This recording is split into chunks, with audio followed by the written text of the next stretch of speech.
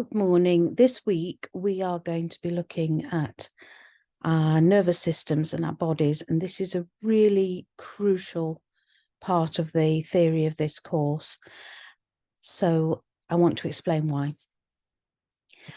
We're going to be listening to the wise woman, that internal voice within us.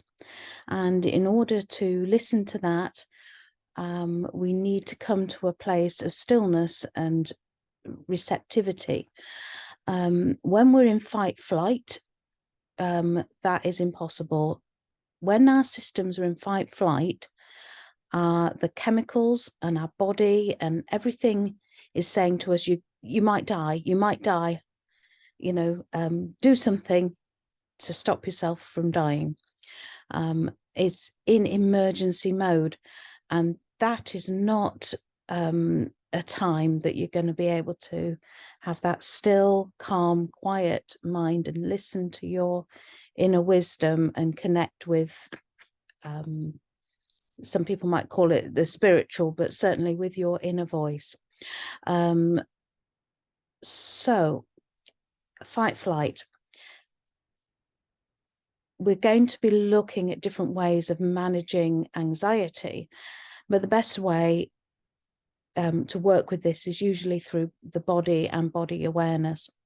Now, we mentioned in Campfire a few weeks ago about, with the current economic crisis and the energy bills, particularly in the UK, quite a lot of us are keeping the heating off, and quite a few people are cold. And what I've noticed in my client group is that this is one of the basic needs. Some of you might know Maslow's pyramid of need, and it's one of the basic needs at the bottom of this pyramid is to be warm, is shelter, warmth, food, safety, really basic needs, house, a warm house. So when those needs are unmet, when we're cold, when we're hungry, when we're not feeling safe, when we're scared, when our fight flight is on, it's not a time that we can deal with needs that are further up the pyramid, like self-reflection, awareness, and so on. As we move towards spring, the aim when we finish this course is that we feel connected with our inner will, our soul direction, our that we're on track with being fully ourselves and authentic. And that takes some steering and some direction and some listening to the wise woman within to help us set our course. We don't do this in the way that people do New Year's resolutions, because that's all about overcoming, which adds stress, which is more likely to trigger the fight flight. We do it the other way around. We stop, we don't do anything, we listen, we connect with our direction, our path, our will. And this is how we set our path and our intention. And it's not about hurry up or get on with it. It's about in Chinese, they call it the Wu Wei. It's about being on your path. And it's actually, life is easier when you're in the Wu Wei, when you're in the flow, than when you're fighting. So in many ways, when we get rid of the introjects, those shoulds, and the conditioning, life is easier. So we are, as women, and particularly women in midlife, we are living our way, our authentic way, which is countercultural a lot of the time. And doing that, we are rejecting some of the introjects. Now, if you remember, introjects aren't a bad thing per se. Some of the introjects that we have are don't stick your fingers in the plug socket, look before you cross the road, those sorts of things. Safety introjects, don't stand too near the edge of the cliff. So those introjects are all about preserving our life. And then there are other ones which are don't be confident, don't be sexual, don't have a voice, don't ask questions, don't say I want. All of these introjects we learn at the very same time that we learn don't put your fingers in the fire. So our fight-flight system gets agitated when we reject some of the rules that we've been taught, because it's concerned that if we don't obey the rules, that we might be in danger. So this is where we need to be able to tolerate some of the agitation in life. The rules work really well when you've got a child in a home situation, but as the world gets bigger,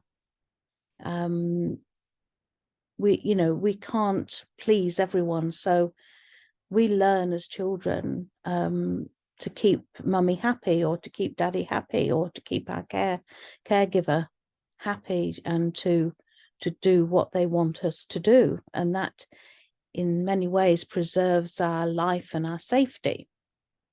And then our world expands into mummy and daddy and siblings and aunts and uncles and friends, and then teachers, and the world gets bigger, and it gets more and more stressful for us to please everybody. By the time we've finished school, our world has 100+ people in it, and we find that not everybody likes us, we're not pleasing everybody, and this is an introject that causes a lot of stress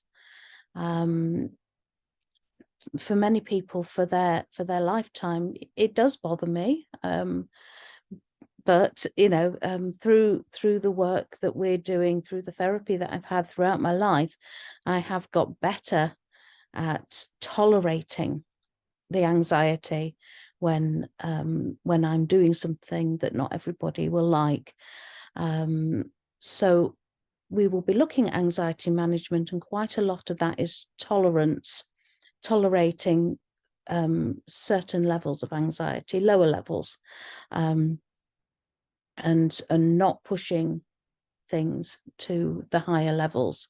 So always graded exposure, gentle steps towards things is always preferable to diving in the deep end, although sometimes life means you do have to dive in the deep end.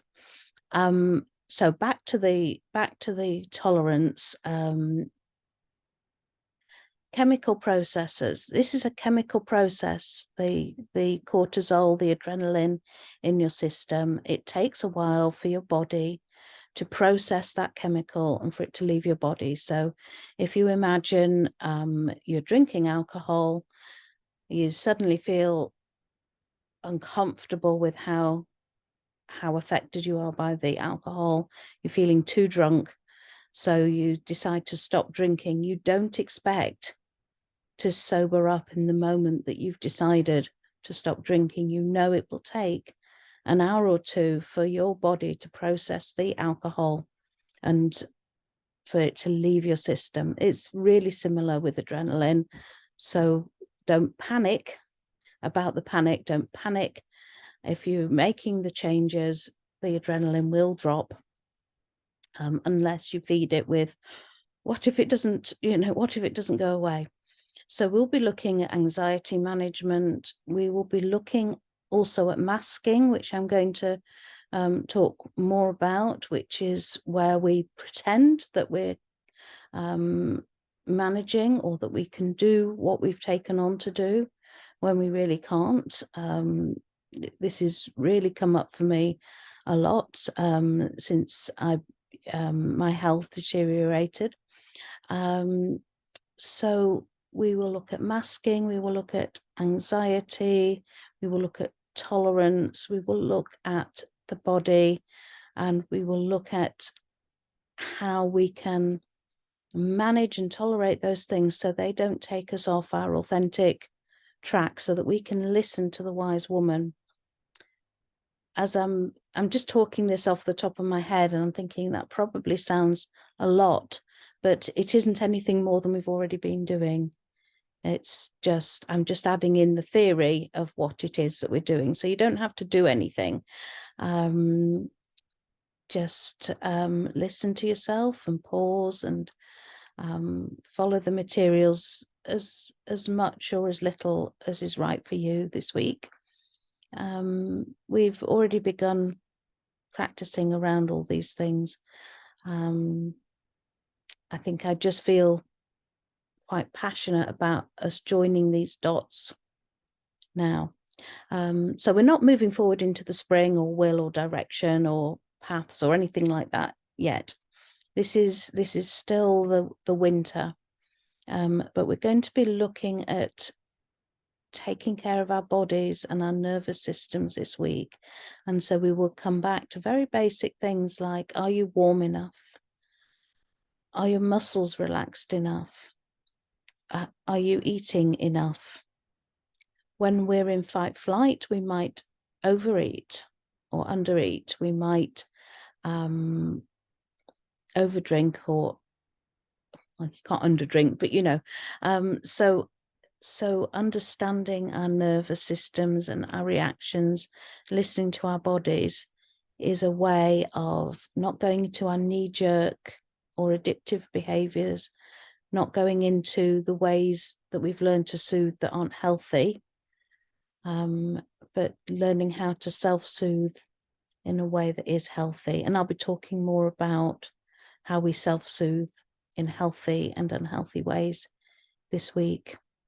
Again, don't stress. There's nothing for you to do. I just wanted to do a bit of joining the dots for you around why we're discussing this week.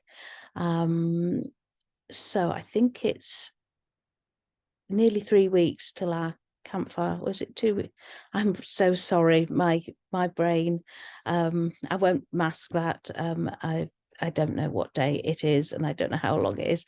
I know that it's the 26th, I think, is campfire. But I'll put a notice up for that anyway. I'll see you soon.